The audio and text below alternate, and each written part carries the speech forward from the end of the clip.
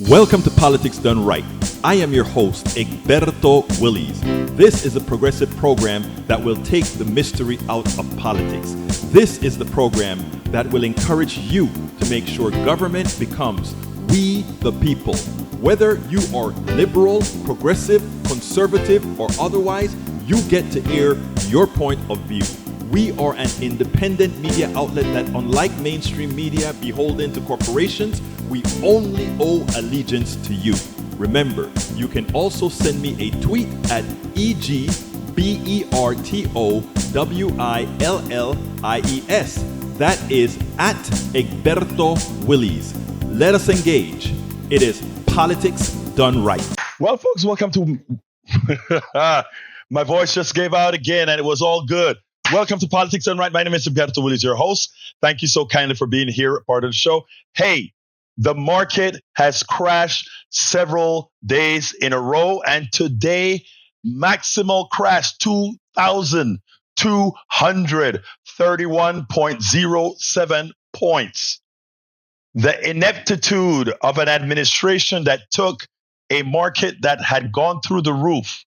The ineptitude of an administration that took an economy that, while not the best for the working class, was better than it is now. While not the best for the working class, for in the aggregate was zooming through the numbers. And one imbecile, and I don't use this word lightly, because one imbecile comes in with a whole bunch of cowards and sycophants surrounding him, that as he takes them over the cliff, they refuse to say, no, we won't go over the cliff with you. That is where we're going to start. But beforehand, I've got to bring my people in. Welcome aboard. The first person in the house today was Lee the Bearcat from Austin, Texas. The second person in the house today was Patrick Magner from Houston, Texas. The third person in the house was Paul Fleming from Powder Springs, Georgia. The fourth person in the house was Melanie Keelan from Barcelona, Spain.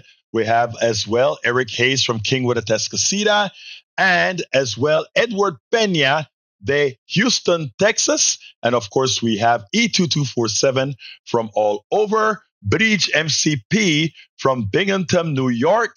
And if I missed anybody now, please go ahead and, check it out. Now, for all those people that are 60 years old, 61 years old, 62 years old, 63, many said, I am retiring at 62.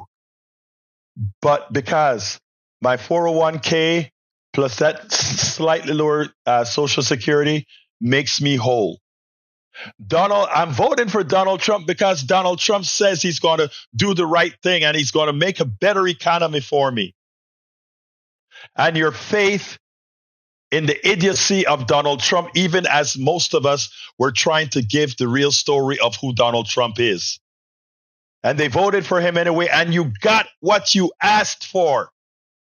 You got what we told you he was going to do. Create an autocracy, create a system. Do you think Donald Trump cares what happens to the stock market?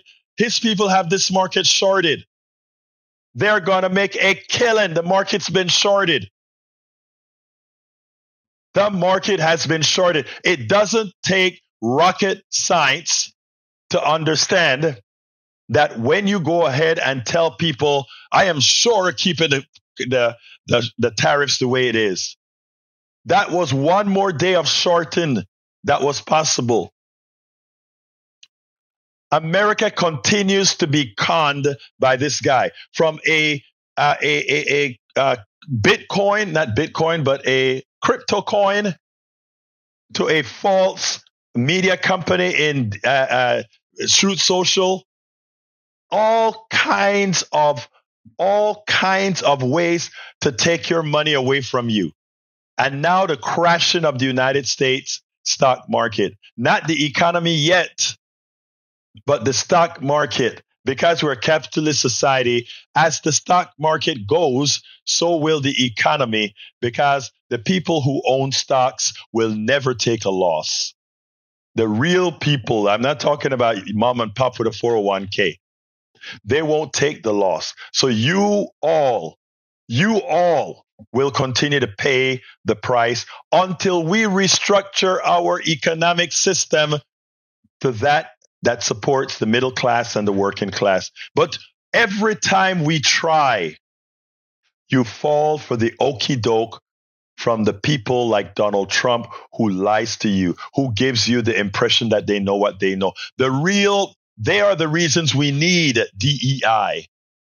Donald Trump and his ilk are the reasons we need DEI. They have no business in those positions. They are too dumb for those positions. It's not hard to steal money. It is hard to make money. It is very easy to steal money. It is easy to create structures that make money out of nothing. That's why stockbrokers are not the smartest people on this planet. That's why money managers are not the smartest people on this planet. That's why all those folks that create nothing can make money so easily. And the people who truly provide for society, the teachers, the doctors, the engineers, the scientists, are not the ones that actually are the ones that make the bulk of the money in our system. Folks, it is time that we wake up and smell the coffee. It is time that we start to see things the way that they are. Now, think about this. One person, what kind of an economic system? I want you guys to think about this. What type of economic system can one person, one president, bring to its knees? I mean, if the economic system were real, Donald Trump could say anything if it had value. You can't take away value from something that has value and merit. You cannot take away value. When you see a stock market crater like this, it tells you the casino that we are built on, the casino that many people get rich on, is just a fallacy. And when we speak about these issues, many people want to call you socialist, communist, and all these other names. I don't give any labels. I just say what we have is an economic system based on a fraud. And you know who knows it better than anybody else? Donald Trump knows it's a fraud. That's why he could call himself a billionaire by owning stuff he doesn't really own. And we continue to allow ourselves to be snowed. We continue to allow those of us who are either of limited thinking capacity by choice, not organically, but those who choose because of their prejudices, those who choose because of their gullibility, to fall for the crap. When are we going to grow up? How does one man destroy the personal economies of so many people? We can look at that stock market go down. I don't have any money in the stock market worth anything anyway. But you look at that stock market and what you're looking at, they say, well, 60% of Americans have some footprint in the stock market because they may have a 401k or whatever. But you know what? The 40% that are working class, lower working class, and poor, none of this means anything to them. So the people that got hurt by Donald Trump the most at this point, based on what has currently happened, are those people with those 401ks, are those people, those mid-level working class, but mostly the rich people. And guess what the rich folks are going to do? Poor people, the 40% that didn't partake of this, get ready to pay the price. Because they want to cut your Medicaid. They want to cut your SNAP. They want to cut your Medicare. They want to cut your Social Security. Are you ready? I shouldn't be saying, are you ready? I should say, are you ready to peacefully do what's necessary to take back your country from these charlatanes that know not what they do? Actually, they do know what they do, but they don't give a damn. Never gave a damn about you. They never gave a damn about you. And we continue, and we continue, and we continue. All right, Trump has just pardoned a crypto firm, BitMEX, for violating money laundering laws, making him potentially the first president in American history to pardon a corporation. Amazing, isn't it? All right, coming back to the scroll. Let's see what else we got here. Egberto, Willies, capitalism pays screen. All right, thank you for that, sis. All right, let me put what Bridge MCP asked me to put on the screen. And here it is, and it says the following. All right, it says the following. Truth shockers. If hard work made you rich, every farmer would be a billionaire. But they're not, because the system doesn't reward labor. It rewards leverage. Modern capitalism isn't about effort. It's about exploitation. And I don't know why they put modern capitalism. They should just simply put capitalism, because that is inferred of what capitalism is. Thank you for that, Bridge. Makes a hell of a lot of sense. All right, continue. J. Ray is in the house. Roar. Hope to see you mañana, J. Ray. I hope to see Patrick tomorrow as well. I sent you the link, Patrick. I sent it to you late last night, so check your box for that. Let's see. Paul Fleming is in the house as well. I'm scrolling down to see. Yvette Avery Herod from Atlanta, Georgia is in the house. Welcome, Yvette. Let's see what else. Buy bonds now. No, don't look. We don't know. This is in flux. Buy nothing. Bonds are stock. This is in flux. Remember, whatever the price of stocks were, it was just a gimmick anyway, right? Stocks went up a whole ton under Biden. Yeah, the economy was doing good, but I have no idea why the stocks went up, because there's no correlation between the stock price and the actual physical value of the company, plus whatever goodwill it may have if you amortize over the future. So I give no value to stock prices at all. None. So I don't know what fair value is. Okay? Steigen Bergen Greek, welcome aboard. I fear taking back the country will not be peaceful. The Trump cult are violent. They're violent, but you know what? They have two people attacking them right now, and that is their own Führer. Their own Führer is making them very, very poor. Anyway, today Neil Aquino visited a protest at a Social Security office that I want to go ahead and play. So let me play that protest, and then we'll take it on the other side. But we have a lot more to go, a lot more to cover. There's a whole lot of protests going around the country at Social Security offices, etc.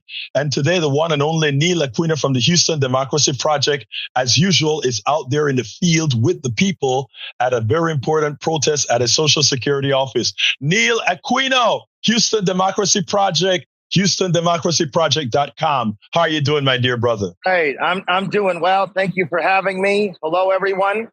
And we are at 13302 Westheimer, and it is busy as can be. Westheimer and Eldridge, and this event is every Friday from noon to 1. Very windy today, but every Friday noon to 1. And so please join the crew out here. I am not the organizer. We're going to talk to the organizer in a moment. Well, look, thank you for being out there. I think as more people find out that people are activated throughout the country, they'll be able to stop the complete destruction of our economy, the complete destruction of our government that is happening right now. So take it where you need to take it, Neil. Okay, great. So there's the Social Security office over there. You see it's your basic strip plaza. And we're going to go down here and we're going to talk to Marcia. Well, very good, Marcia. Wardrobe adjustment there. Marcia, what brings you out here? What was your impetus to begin this Friday protest at Social Security office? Well, I learned from attending the John Cornyn demo protest every week that you have to be the one that does things. No, there's no overriding organization that looks after us. I would like it to be the DNC, but it's not. They just want money. So I know that you have to do things yourself or they won't get done. So I just decided I will do this. Not very hard. I just got on Facebook and posted to every single person I knew. And most of those people are either depend on Social Security or they pay into it. I mean, like all working people do. And they care. And so I was really excited about the first response. And I someone, David said, hey, you had to ask me, let's check. And everybody said, yeah, we'll put everything. So here we are. Right.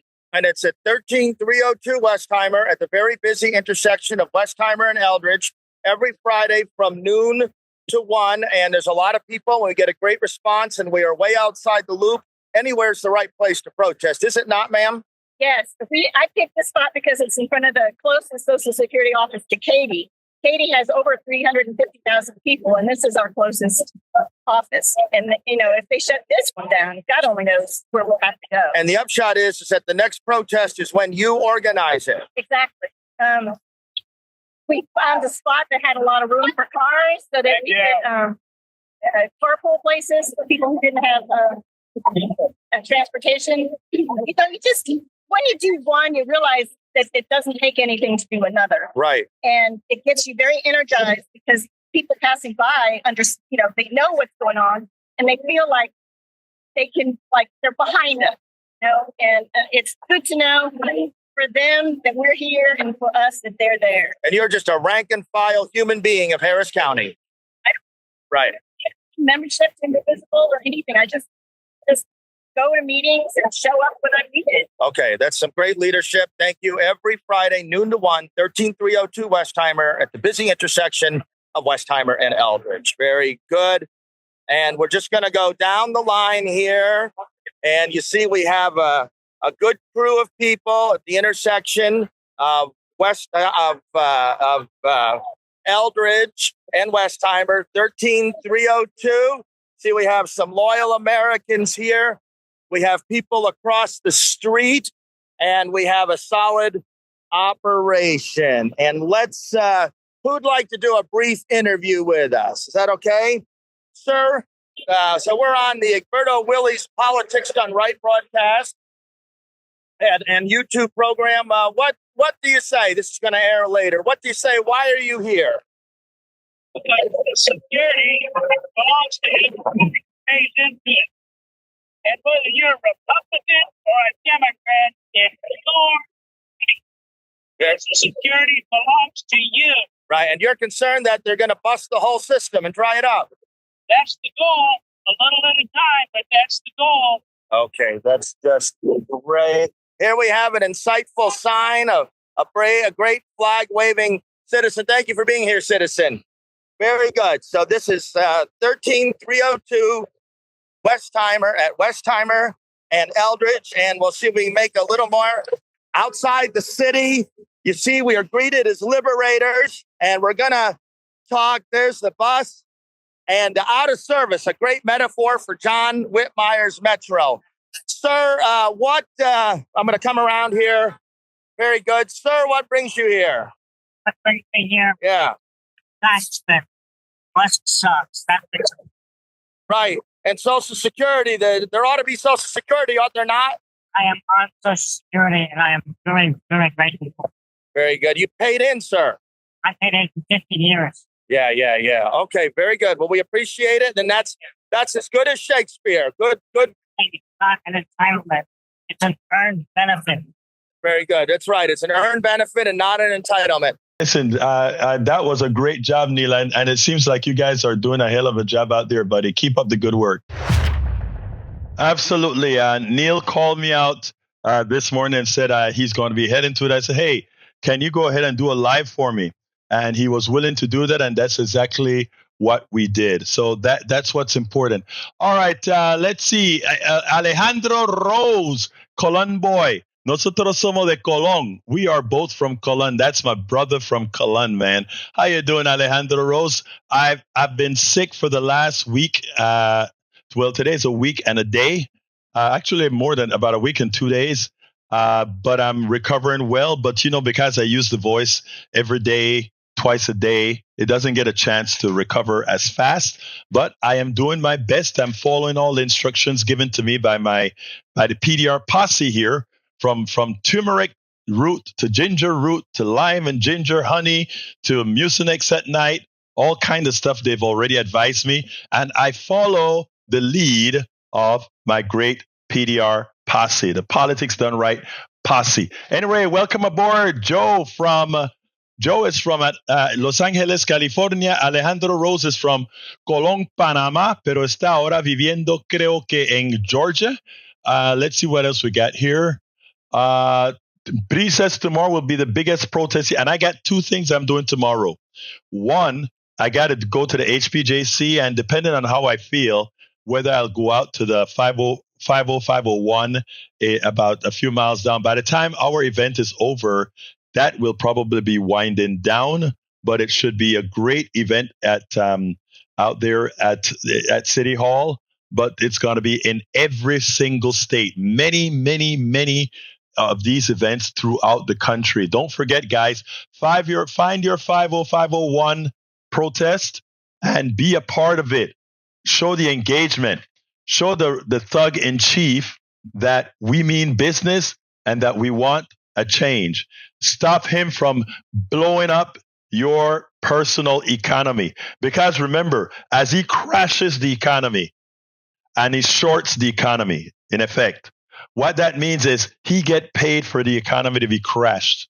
And when he releases those, again, that's a long story about shorts, puts, and pulls, and that guy, pushes and puts is what I should say. Anyway, let's see what else we got here. ER is the best people. Genius is personal that should not have been cut. We're cut. We're reinstated then. And that was always a plan. Part of the Doge, we talked about this from the beginning, is we're going to do 80% cuts, but 20% of those are going to have to be reinstated because we'll make mistakes. It's a damn shame. I heard when Kennedy actually said that. All right. Bridge MCP said, Egberto, Willies, if you showed other SS protests, this is tiny in comparison. Yeah, well, this is the one that was close by. But I mean, if you understand, Bridge, let me tell you this. If you understand the type of places where we get to see protests in the outskirts of Houston, you'll understand that to get those people out there says a lot. That says a lot given the environment. So I don't care if it's 1, 2, or 3 people. When I did Occupy Kingwood, a lot of us did, there were times that I was during a rainstorm, I was the only one there, and people eventually just started coming. Wherever there's 1 or 2, a protest makes. All right, many disguise themselves in protest because police ICE. You're absolutely right. Paul Fleming says, Greg Abbott claims his private school voucher scam will help working families. He's wrong. When I questioned the bill author, he admitted that it would give $1.2 million taxpayer funds to Elon Musk. That is a damn shame, isn't it? It is a damn shame. All right, let's see what else we got here. I'm scrolling down before I do the last video. Para ver qué más tengo aquí. Ruben Gallego, a Marine Corps veteran who arrived in Iraq threw a big wrench into Trump's effort to dismantle the VA. Gallego announced he will block all of Trump's VA nominees until he stops his plan to fire veterans and the people who care for them. I love it. Finally, we have some Democrats with spines that are not just going to let things pass. They do what they need to do. I love that. I love that. I love that. Thank you guys for doing that. All right. Breed says, Lead a Bearcat. There are hundreds going on. It's one of the safety rules. Joe, Nicholas is here from Venice Beach. All right. Nicholas from Venice Beach. How you doing, Nicholas? Let's see what else we've got. Patrick says, hello, Egberto Willies. Good to see you, brother. Been busy protesting in North Fort Myers. Oh, that's Patrick Baron. Baron. Hey, Patrick Baron, how you doing? I am so happy that you're out there holding down the fort. I am so happy. All right, folks, let's see what else we got here. Breach has a ruling. Maryland man illegally deported must be returned to the U.S. judge rules. All right. Let's see if he complies. Okay, folks, I have the second video ready to go. And then after that, I'll take calls, okay? So if you have anything to call, prepare so that we can do it quickly. But here we go. Steve Rattner does it again, explaining quite a bit about the tariffs. But before we get into Steve Rattner, I want to make some points here. The working class always pays. The plutocracy always does what's best for them. Now, here's the interesting thing. Back in the early days when we were complaining about offshoring and sending products to be built overseas, our government, because of the tutelage they receive from their benefactors, the plutocracy, they didn't think about what it's doing to the current employment base. A few union workers complained and they raised hell, but they never did the job to protect the workers. And to some extent, and this is where we have to take some personal responsibility, we had too many workers falling for the okie doke. We had too many workers believing in the things conservatives were telling them. And conservative ideology, neoliberal ideology, what I mean by neoliberal Democrats as well as conservatives, screwed the working class. And how did they do that? They allowed the offshoring, etc. So we have a pseudo-populist in Donald Trump comes and says, I'm going to fix all of this stuff for you guys. And he goes ahead and he wins, barely wins, but he wins an election because a lot of folks believe in the fallacies and their racial prejudices, their gender prejudices. All these things formed a nasty bubble that allowed a Donald Trump to come back into office. Anyway. So now he believes he's going to, because people know that tariffs will likely make a lot of foreign stuff expensive, he can he can tell people, this is going to help you in the long run, etc. And many of his sycophants are liable to believe it. But what Steve Rattner points out is, look, the genie been taken out of the bottle. You can't stick it back in. You have to create new avenues to enrich, new avenues to pump up the working class. Because what the plutocracy has done in the way it has moved manufacturing around isn't something that can be fixed in a year or 2 or 3 at all. And the pain that it will take to get it fixed is not borne by the plutocracy. It will be borne by the American people. And unless the government were to start shoving money into the American people's pocket so that they can then purchase products from the private sector that's going to be retooling over here, and at the same time put some price controls on those companies as they rebuild, and that price control, etc., would be a penalty for them having been traders to America. Until we've done that, but no American government is going to do that. So as such, we have to create new avenues. So let's go ahead and listen to what Steve Rattner has to say here, and then we'll take it on the other side.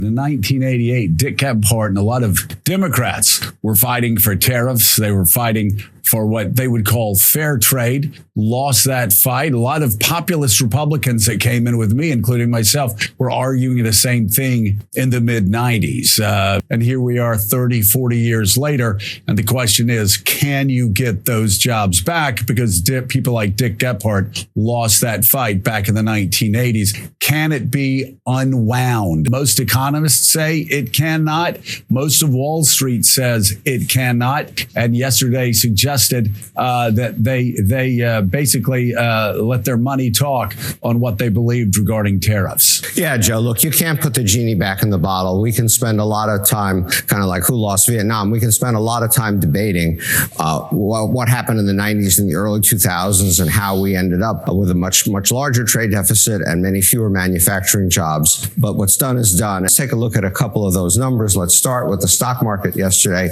We talked about the almost 5% drop. This is actually $5 trillion of wealth lost since the inauguration. The stock market had already been starting to go down as people got more and more nervous about what Trump was or wasn't going to do. So a huge drop. But here's what's actually quite interesting. The stock market drop here was actually larger than the stock market drop in every other major index, every other major country. In Japan, it was down 2.8%. In Europe, it was down 2.6%. In the UK, just 1.6%. And in China, just 0.6%. So why is that? Trump thinks he's hurting all these people. He thinks everything is, a negotiation where somebody wins and somebody loses, and he thought he was the winner, and we turned out to be the loser. And the answer is because, based on a set of projections from the budget lab up in New Haven, we are the loser. The impact of this, the long-run impact on GDP of this, is actually going to be projected anyway to be worst on the U.S. of any other major country that we trade with, except for Canada. Canada has a special problem. They export a lot of oil to us. We are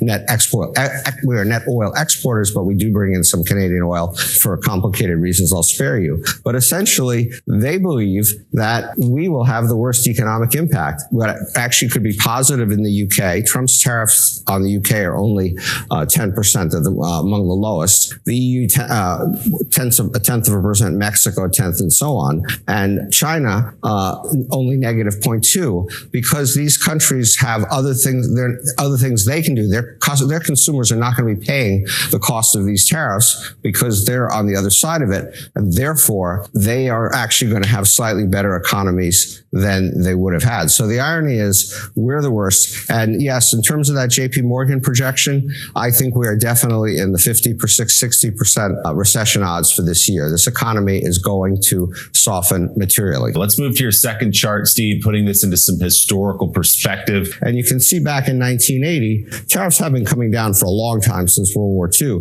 But you can see in 1980, we have, a meaningful tariff rate. But then this is what Joe was talking about. All the trade agreements brought our tariff rate down to just around 2%. This circle is Trump-Biden. You can see Trump did some tariffs in his first term. Tariff rate went up a little bit. This is, for all of his talk in the first term, this is all that happened. Biden brought them down part way. And now we have this. And this, going across here, this is 1909. The last time we had tariffs at this level was in 1909.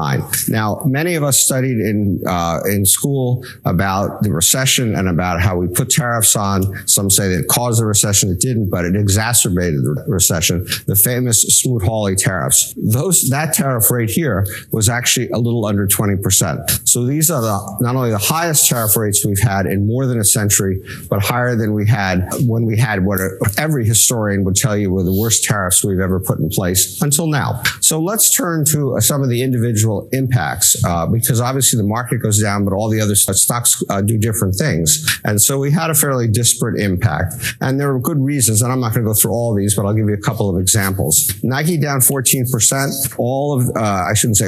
Probably virtually all of their clothing and their shoes and their sneakers and so forth are made in Southeast Asia, which have some of the highest tariff rates, as we'll talk about in a minute. Boeing is a huge exporter of planes to other countries. Those countries can now buy Airbuses. Could be really bad for Boeing's business. Apple makes virtually every iPhone that they sell in China. 54% tariff coming into effect there. Amazon, you would be surprised at how many packages you order from Amazon that are actually shipped directly to you from somewhere overseas where they're made, and a high tariff will now be paid. JP Morgan, the banks could be facing pressure for another reason, and so on and so forth. I'll just mention quickly down here, Walmart and Costco. Why did they do comparatively well? Because they have such buying power that they are likely to be able to hold down their price increase increases and take market share from other retailers. All right, let's move to your last chart, Steve, and it's time for a little math. I'm going to do my best to help, but their math would not get them through math class either. The economics wouldn't get through economics class. The math isn't going to get through math class. But let's talk about what they did. So first of all, just to put some stark numbers next to it, you can see these are our top trading partners. European, and what the tariff rates are going to be: European 20%. China is actually now 54% because he added 20% earlier in the year, so that gets up to 54. Japan 24, South Korea 25, Taiwan 32. You'll notice China, Mexico, and Canada are not on here because he did separate deals with them also, and they will pay some tariffs, but he does have that trade agreement he negotiated with them before. But one of the points I want to make is that some of the highest tariff rates, the way he did this, and I'll explain that in just one second, some of the highest tariff rates are under some of the poorest, most struggling countries in the world. And so Bangladesh is now going to pay a 37% tariff rate on stuff they sell to us. South Africa, 30%, and so on. So this is going to cut our purchases from these countries dramatically. It is going to hurt these countries' economies dramatically. It is not just bad economics, it's bad foreign policy, and it's inhumane. So you ask, how do they calculate it? I'm sure everybody has seen this formula before. I'm joking. And I'm not going to go through it all, but we got a lot of Greek letters. We got phi, we got all this stuff. But basically, Willie, it comes down to what you just said. The way they think about this, they think that if there is a trade deficit, then by definition, the other country is manipulating trade, and therefore they calculate the tariff based on the size of the trade deficit relative to how much they send us. So the bigger the trade deficit relative to what they send us, the higher the tariffs. It makes no sense. You're not going to find an economics professor on the planet who's going to tell you this is the right way to look at it, but it's emblematic of the whole mess they've created. All right, Steve Rattner nails it, right? Look, Steve is a neoliberal economist as well. Don't ever think otherwise. But that doesn't mean that his accuracy in what he's talking about needs to be questioned. The thing about it here is the following. Yes, the genie is out of the bottle. You can't stick her back in, but we sure can create policies, progressive policies to mitigate all these issues. We can create progressive policies that starts to rebuild factories, and we could do this. We could say, I tell you what, private sector, we want factories that build these things. You don't build it, the American people will build it, produce products out of that factory. And you know what? Because there will be no incentive for shareholders and executives, those prices would automatically be cheaper than if you make it. So you start building your factories now, or we'll start building them and employing the American people at a high wage. And at the same time, instead of giving the money to shareholders, we give it to workers and create a product at a lower price. You guys decide whether you want a more collective economy or a more corporate economy. And I tell you what, watch how quickly these guys start to manufacture and manufacture more efficiently. There's a lot of things that can be done if you have the fortitude, the moral fortitude to exact it out of those who've been stealing from us for decades since the inception of this country. Yep, they have been stealing from us for decades since the inception of this country. John A. on Substack has something quite interesting to say, quite correct. He says markets drop, employees fired, allies are gone, and it is awful. Simply because he rejects everything Biden and the Democrats were doing to recover from his first horrible presidency. That is so right. John A. also says, Trump is deranged and he will swiftly create a Great Depression. He's well on his way to do that. Let's see. Alistair Waters says, he said he would, when Booker did his protest speak. Oh, I don't know. I'm not sure what that is, sis. And I'm scrolling down. Okay, I don't get all the messages on Substack. I get when you join, etc. But somehow I don't get a chance to see all the messages. All right, Patrick Barron said, I am so afraid right now because I have no idea how we come out of this. I am trying to mentally prepare what is about to happen, but my training will kick in. I'm always a half glass full guy. Let me tell you something, Mr. Baron, because I get that question a lot. I don't really know what is next. I don't really know what is next. And that is something that perplexes a lot of us, all of us. What's next? What do we do? Nobody knows what's next. Trump doesn't know what's next. MAGA doesn't know what's next. Because what we are going to get is the effective coalescing of people after this damage after people either physically feel the damage or realizes the approaching damage. And then things are going to move. And when they start to move, they're going to move quickly. So what I tell folks is, we are into the nonviolent stuff. And even as we know, a lot of these MAGA folks are militia type folks, I think they're going to realize that the enemy is not really those pinko liberals. And my biggest fear is when they realize that they've been had by the likes of Donald Trump and his ilk. I am less concerned about them coming after the woke and instead going after the folks who fooled them about the woke. And that's going to be nasty. Because I don't know, you ever heard about a spouse scorned, a woman scorned, a man scorned? That is something that bites even harder when it is from the one that you know, from the one that you gave your trust to. And that's why they lie consistently and they lie effectively and they continue to lie and lie and lie. Because if a modicum of truth comes out, it breaks the reality that people have of them. And once that reality is broken, it isn't, because again, the reality is one that is uncovering the failed. Then what happens is the reaction comes. So I think the people that need to fear the most, first of all, the woke folk. The woke folk have to continue doing the job that we're doing. We've got to continue doing the job. We have got to continue informing. We have got to continue educating. We have got to continue doing all of this because they are going to see that what we are saying was actually the truth and that they were taken to the cleaners by their Führer and the sycophants who knew that the Führer was taking them to the cleaners. Mike on Substack says, we need to increase your eyeballs, Egberto. You're always so salient and powerful. Thank you, my brother. Let me tell you, Mike, the way to increase the eyeballs, man, is for everybody to share. Remember, I'm very much, what's the word?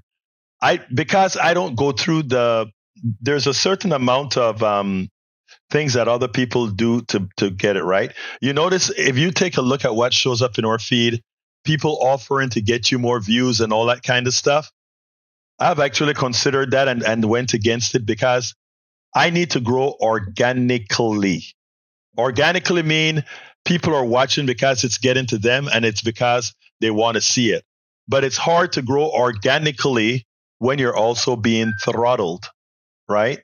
That's why I picked up Substack. On Substack, I have about 20-something thousand free subscribers that get all of this in their feeds every day. And I wish more of those subscribers would turn into paid subscribers. I also have the large database on Facebook, etc. But you're absolutely right. If we are to get more live viewers, it would mean in real time, everybody that's watching us real time, share either the Facebook link or the YouTube link or the Twitter link. And then that would actually help us. That'll make it even more organic. But you're absolutely right. And thank you for that, Mike. I appreciate that. All right. What else have we got here? Breach says, I know there was something to read. Egberto Willies, as it has come out, most of those men with masks with no ID wearing ice jackets are actually the Proud Boys doing Trump's work. I believe that. I believe that. Michael Rudden says CBC, Canada's anti-tariff billboards in the U.S. go viral, told Americans in big bold letters that tariffs are a tax on your grocery bill. This should be interesting when Trump's tariffs and the resulting trade wars come into full effect. People are going to notice a sharp rise in prices. Egberto, when conservatives realize just how badly Trump and the Republicans screwed them, the backlash should be interesting. Most on the left still want a nonviolent political revolution. Those on the right don't have that sort of patience. Most domestic terrorism is linked to right-wing extremism, and they are about to have a lot of reasons. I agree. And the thing, like I was saying, Mike Rudden, the thing is this. I think that they go against the Trump sycophants because those are the ones who lied to them. As long as we keep telling the truth, they will know that we are the good ones in the long run. They will know that woke is real. My sister, Bridge MCP, talk to me, sis. Hey, I don't want to interrupt you. You can still answer Mike. Yeah, I'm calling. I'm answering both of these right now, and then we'll put. Who is the second call? Mike is the second. No, I think Harry is the second call. Mike hasn't called in yet, but go ahead, Bridge. Oh, you want me to talk? Okay. No, I want Bridge to talk. Okay. Bridge came in before you. Come on in. Hey, hello. Can you hear? Oh. Yeah, I was saying about Michael Rudden. You were answering him, so I didn't want you to interrupt that. Oh, no. Go. I got him. But okay, what I wanted to say was that post I made about the Proud Boys. There's a whole movement going on about women. And, these guys are running around with no masks, no ID, just a nice jacket and a gun. And who knows who they are, but it's been coming out clearer and clearer that a lot of them are Proud Boys. And the whole thing, women are becoming very afraid. Because here you have these madmen released from prison that are obviously, racist and bigots and, not law abiding. And they could just snatch up any woman and say they're ICE. Right. And no one can have anything to do with it. So there's a whole women's movement going on or starting up behind the scenes. And that's why a lot of people, they wear disguises for different reasons, but women in general are afraid because they have to write their phone numbers on their arms. They keep a list of lawyers on their written and, marker on their arms because of what's going on. They're afraid. Two men could just come up and take a woman like they did to that woman in, Massachusetts, take her and just say, we're ICE and you're coming with us and you're nobody. And I saw that. That was a shame. Yeah. For women. Well, she just got a judgment today that she can't be transported. She's got to go back to Vermont to have her. Is it Vermont or Massachusetts? Go back there from Louisiana to have a trial. She can't stay there. The judge ruled that. And then the other thing about getting that guy from El Salvador. So, I just wanted to point that out, that there is a women's thing coming up about these ICE people or Proud Boys, whoever the hell they are, because no one knows who they are. I mean, and that is a shame. We're really starting to operate like these crazies. Before you go, I want to read something here from Substack. Jan Arcock, that artisan, said, my son at the Social Security admin offices in Boston, last Friday, they were given a form to sign agreeing to a reassignment of duties. If they did not sign the form, it would mean they want to resign. He completed the form and was reassigned to a field office near Boston to a lower grade. The employees were not expecting this to happen since Musk has closed field offices and cut the number of districts. Now the employees are concerned that the rumor that Musk will be closing all field offices. Have you heard about that? I haven't heard about closing all field offices at all. The GOP wants to delete the government and all social programs. Would you give an opinion regarding what's been happening with the Medicare, Medicaid, and Social Security towards that end? Let me tell you what they're trying to do. They can't, and I'm coming to you in a minute, Harry. They can't kill Social Security. They can't kill Medicaid. just easily, because they have to do this through a process called reconciliation, which is a budgetary issue. For them to make changes in the law proper, they have to get 60 votes in the Senate still. Of course, they could override that in the beginning of the next Senate session if they wanted to, but that is the law, and every single side have been scared to touch it for these issues. So right now, as it stands, they cannot change that at all. But what they can do, and this is what Musk is doing, they can gut the executives out of there. They can gut it, okay? They can fire people through the gazoo and then leave a middle management layer there, and then hire private sector employees to do all the other jobs, to do all the questioning, etc. That's a possibility. So what they would do is they would get rid of high paid, high performance people that have what is it called? That come these programs that come with healthcare, etc., with benefits, and then hire the private sector for people working for cheap to come into these offices. And they'd solve two problems there. They reduce the cost of the government having to pay for healthcare and all of that. They get a cheaper price, and their friends who own these personnel companies make a killing. Because again, those companies have executives and shareholders. So that's what they're doing. They know they can't gut these agencies completely, delete them. But what they can do is gut them and get the private sector contractors to come in. It's evil. It'll reduce the entire pay scale. It'll cause a lot of a lot of communities that depend on those high-priced workers. It's a shame, and this is why you must fight. This is why you must fight, because this is a con job. All right, go ahead, Harry.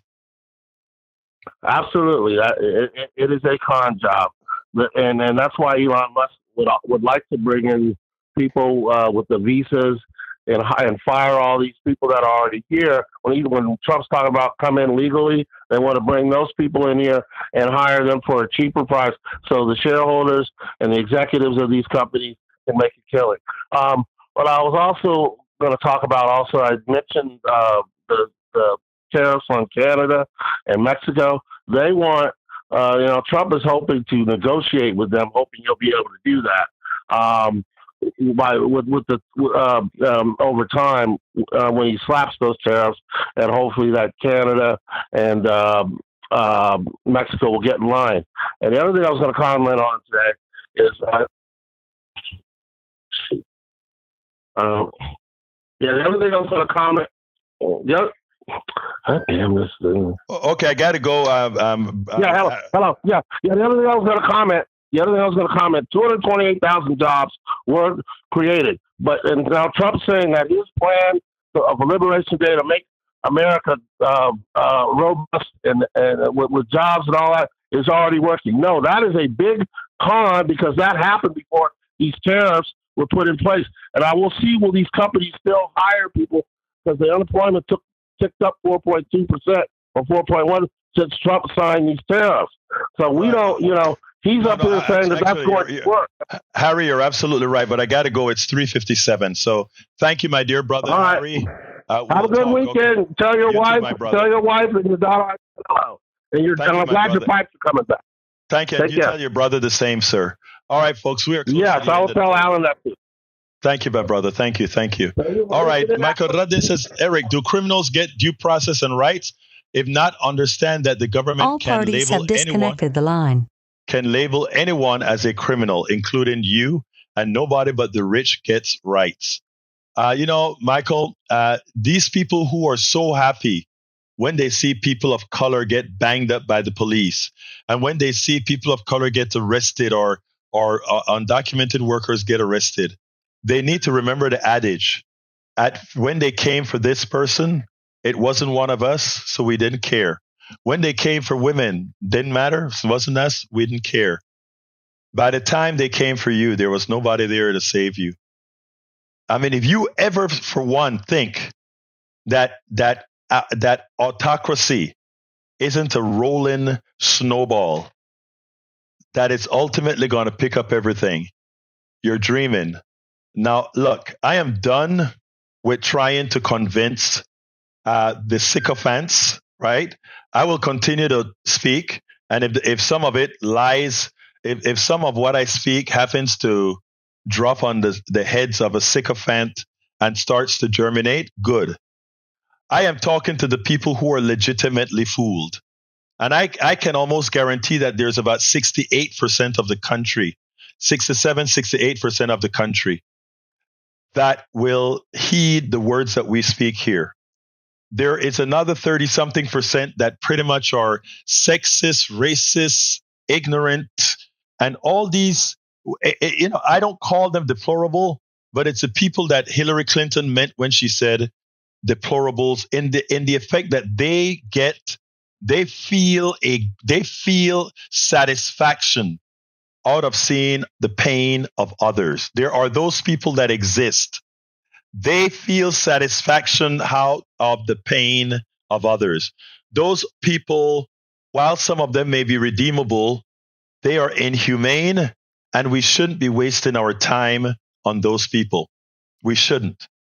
This country is in trouble, and we have a lot of work to do. I will talk and speak and continue to speak to everybody, but I'm not going to waste my time on some of those that you see in this room who are nothing but sycophants, many of them racists, homophobes, sexists, and misogynists.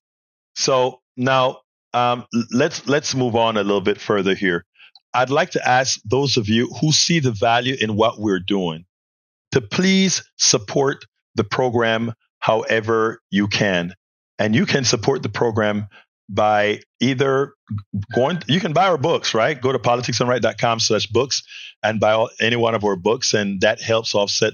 But what I'm asking for you to do is to become paid subscribers of our newsletter. And how do you become a paid subscriber of our newsletter? You go ahead and go to politicsandright.com/newsletter, politicsandright.com/newsletter. Or you can also go to politicsandright.com/support to find all the different methods in which you can support this program. But we really cannot do it without you. Without you, we don't have a program.